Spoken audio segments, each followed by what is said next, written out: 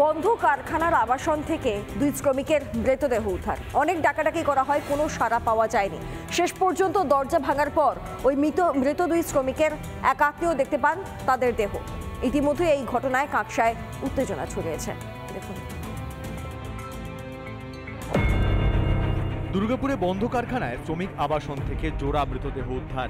ঘটনায় ব্যাপক শোরগোল কাকসার বামুনারা শিল্প তালুকের এক বেসরকারি কারখানায়। এই শ্রমিক আবাসনে আমি দাঁড়িয়ে আছি।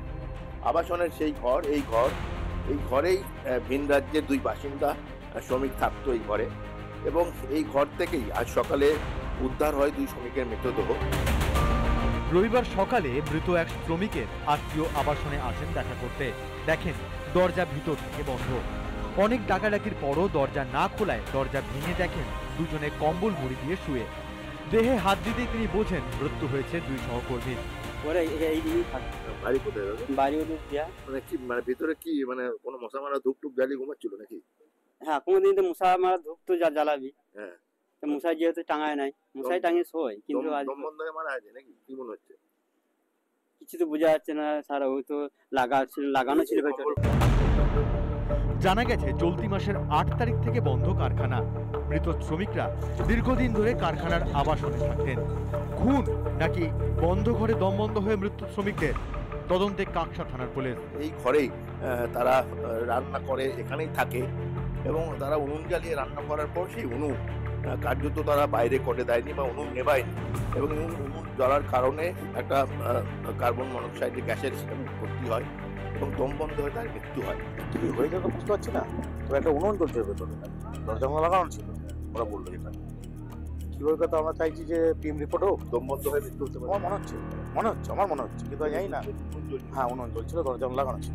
কারখানার অন্যান্য শ্রমিকরা এসে পুলিশকে খবর দেওয়া হয়। পুলিশ দরজা ভেঙে মৃতদেহ উদ্ধার করে, তারপরে ময়না তদন্তের জন্য দুর্গাপুর মহকুমা হাসপাতালে পাঠায়। ক্যামেরা সন্দীপের সঙ্গে রমেন মজুমদারের রিপোর্ট, রিপাবলিক বাংলা, দুর্গাপুর। চলুন আরো একটা গুরুত্বপূর্ণ খবরের আপডেটের দিকে আমরা নজর দিই। পাঞ্জিপাড়ায় সাজ্জাদ পুলিশের সঙ্গে গোলাগুলি এবং তারপর মৃত্যু, মনে আছে নিশ্চয়ই। তারই সহযোগীকে গ্রেফতার করলো পুলিশ।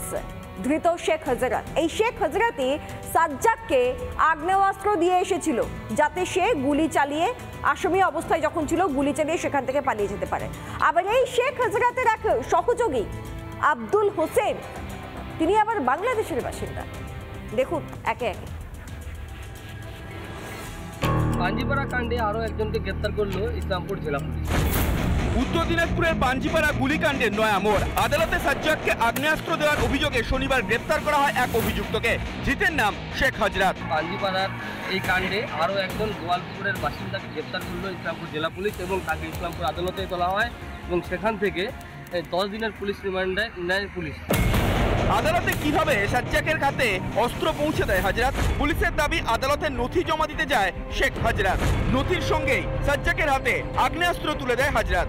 বাংলাদেশের বাসিন্দা আব্দুল হোসেনের সঙ্গী এই শেখ হজরত। তাকে যখন ইন্টারোগেশন করা হয়, সেই ইন্টারোগেশনে অ্যাডমিট করে যে হি ওয়াজ প্রকিউরিং ফায়ারআর্মসটা প্রকিউর করেছে এবং সাপ্লাই ফায়ারআর্মস করেছে সাজ্জাককে।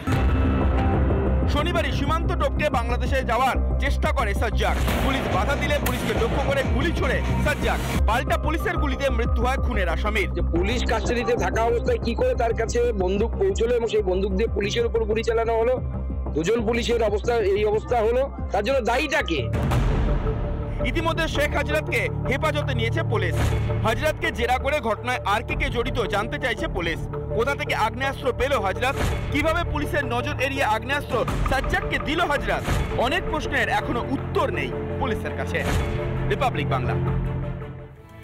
নানা ধরনের কন্টেন্ট দেখার জন্য লাইক করুন, শেয়ার করুন আমাদের ফেসবুক পেজ, সাবস্ক্রাইব করুন আমাদের ইউটিউব চ্যানেল। পাশাপাশি অন্যান্য ব্রেকিং নিউজের জন্য অবশ্যই চোখ রাখুন রিপাবলিক বাংলায়।